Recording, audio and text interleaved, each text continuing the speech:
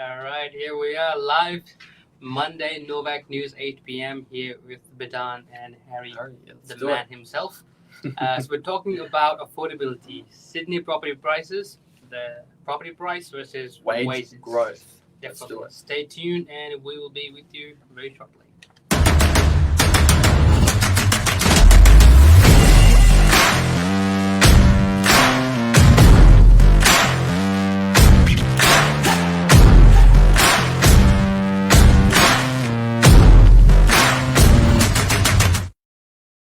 All right, here we are, Harry. Monday night. Excited? Monday night. I am always. Let's do it. How is the day? Busy day on Mondays? Always busy on Mondays. Mondays is just one of those days where you've got all the work coming in over the weekend, and then you've just got to get it done. Definitely. Lots of emails to get back to, lots of That's follow-ups. 12 hours still, we have a lot of stuff to do. 8 to 8 on a Monday, still a lot happening. But let's talk about the property market versus wages. Like, I think everyone has felt that a lot in the last few years. Yeah. Like the affordability is not kind of having like an easy piece of cake. Yeah, that's it. Like people are struggling with their salary that they're getting there being bare minimum in terms of getting those groceries, eating out, going out. Or cost of living shot up there. Next level. Like simple as I think the fuel. That's it. Yeah, like and you look at the cost of living over the last decade, which is sort of lied between 2 to 3%. Yes.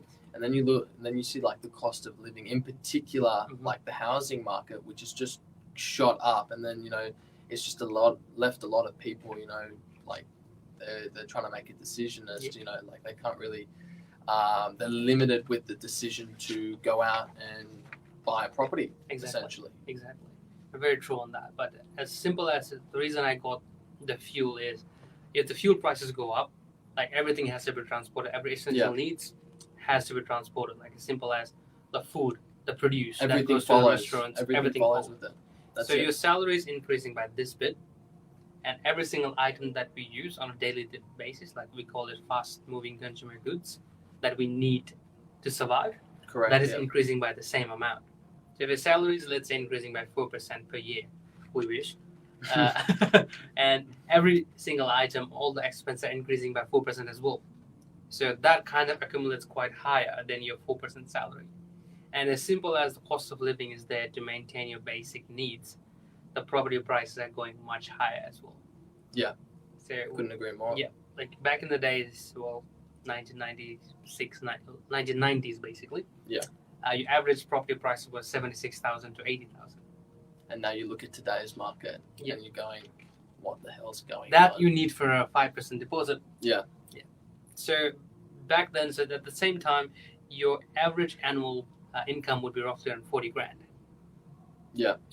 And then and another interesting thing which I actually did my research on is the average family in Sydney, or actually in Australia, has to save about a decade worth of savings just to afford a 20% deposit for the average property price, which is actually, in a way, it's actually quite sad if you think about it, because again, it's falling back on that whole idea of most people, the majority of the population is actually quite limited to actually being able to afford and purchase their first property, which is why most people most people rent, because they simply just don't have that option. Exactly. Because with the cost of living, you're so much into doing connecting the dots between getting a salary, paying your expenses. There's no way of saving that extra money for that deposit. It's very difficult. House, right? It's very difficult. So comparing 25 years ago, let's say 1998, so 80 grand you could buy a house. Your salary is, let's say, 40 grand. So let's say you are a couple. One's income is going all towards expenses, next income is saving completely. In 2 years, you have a fully paid house. Yeah. Right. And happens 2000, the recession kicks in, and now the property prices goes to 360 grand for one house. Yeah. Right. But the salary has increased the same. Since then, every recession, every year, the gap keeps on going up. Yeah. So now the property prices are here, compared from 1990 going all the way up to 2025. The salaries are kind of like this. So that gap is being quite high. Yeah. What do you think? And it's interesting with what happens, on an economic level, with like the recent when the fiscal policy, if there's any changes that are made on the budget, and just literally just trying to see what we want to do, if we want to allocate more money towards wages in the future and sort of start pushing those wages up so that it's more easier and it's more affordable for the average person in Australia to actually afford a property, and for that wage growth to start catching up to that housing market. So it's a lot easier for everyone. And also, government have done few incentives as well for buying a property. Now, most of you can buy with a 5% deposit. Yeah. So that's a recent. That's a big thing, right? Yeah, that's a recent government. Previously, it will be like 20%. Yeah. So now they have like first-home buyer schemes, house and land packages. If you buy outside Sydney, you have more incentives and benefits. So there are a few things. So it's like there is a problem and there is kind of a solution as well. Yeah. So it's up to you if you want to grab onto that, if you want the Australian dream or the American dream of having that property. And just to add to that, it's interesting to see if the governments are willing to continue incentivizing young home buyers to purchase their first property, because we do have those schemes that are starting to come into play. But it's interesting to see if the government's willing to continue and adding those schemes and incentivizing more in particular young Australians. You see these schemes implementing more into young Australians because they want to help the younger population of Australia purchase their first home. Exactly. Well, not only that, now last year, not even last year, probably this year, they bought the rule. Previously, to be a first-home buyer, like as the word says, you have to be a first home, it has to be a first property. But now they changed the rules. If you haven't bought a property, like bought or sold a property in the last 10 years, you qualify as a first-home buyer as well. Wow, okay. That's a very interesting incentive that the government has done. Like if myself, I bought a property long ago and I have been paying mortgage, getting that repayments done, and I've been there. And now thinking of investment, I can wait for that 10 years. Yeah. Because there's stamp duty. That's money just never comes back. Yeah. So if you want to save on that, it's a tax at the end of the day. So that's good incentives as well. So as the inflations are going up, and the daily living costs are going up, the government are doing few things as well on the background. Might not feel much, like people will always comment on whatever. If they do something, they'll comment on it. If they don't do anything, they'll still comment on it. So it's kind of part of life. But yeah, I think with all these incentives, it does help to buy and sell. We at this probably spring, the busiest time for real estate to buy and sell. We see a lot of stock out there. Yeah. So I know you're in the rental. How are you seeing stock in terms of rental? Has it grown? Stocks. I would say stocks kind of plateauing at the moment, and I would say that it's kind of the same with the rent. At the same time, we're kind of starting to see that plateau.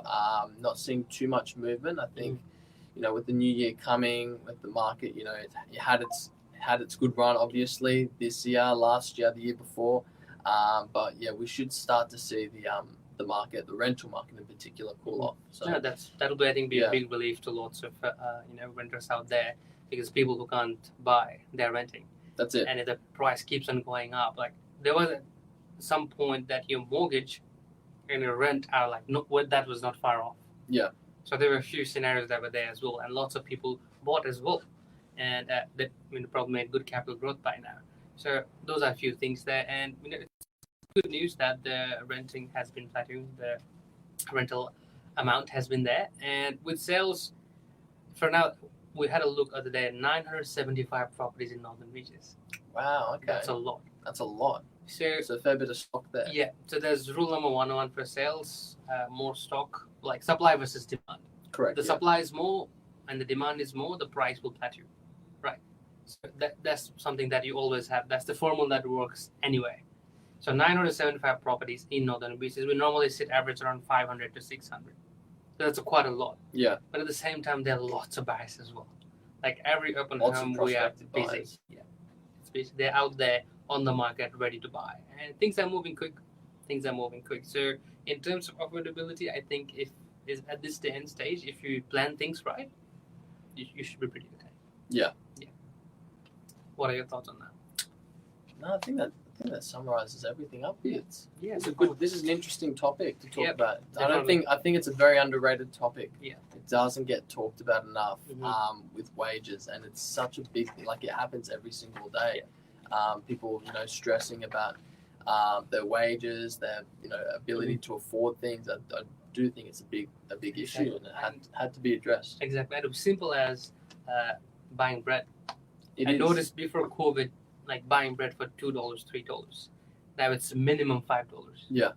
It's the small things, and then that scales up to the housing market, and then it accumulates. And I does. see lots of news and lots of cases, people trying to sue the big companies, the grocery companies. You know who they are. They're doubling the prices, and they're doing it because they can. And if someone questions them, they have people in the background trying, sweeping things under the carpet. Yeah. So things do happen. And the reason I brought bread is because I have to buy 2 or 3 loaf of bread every Saturday because we do barbecue in French's Forest. And I can feel that I'm like $5 for a loaf of bread. Yeah. And it's like, I remember buying it for $2 to $3 before COVID. I think after COVID, everyone has taken that hit of everything. Every price is going up. Like fuel in particular. Yeah. Went up to $2.50 at some point. Yeah, for 98. And now it's flexible. Like every week. Yeah, about $1.80 now. Yeah, $1.80 now. And that feels cheaper. Yeah. And now that's human psychology. Like you're seeing that expensive price so much, the thing that was expensive previously starts to feel cheaper. That's it. Now $1.80, everyone will like lining up, fueling up the tank, because they know it's going to go up. So this is something that's been going on for years. Like prices always go up, and the salaries kind of don't go up.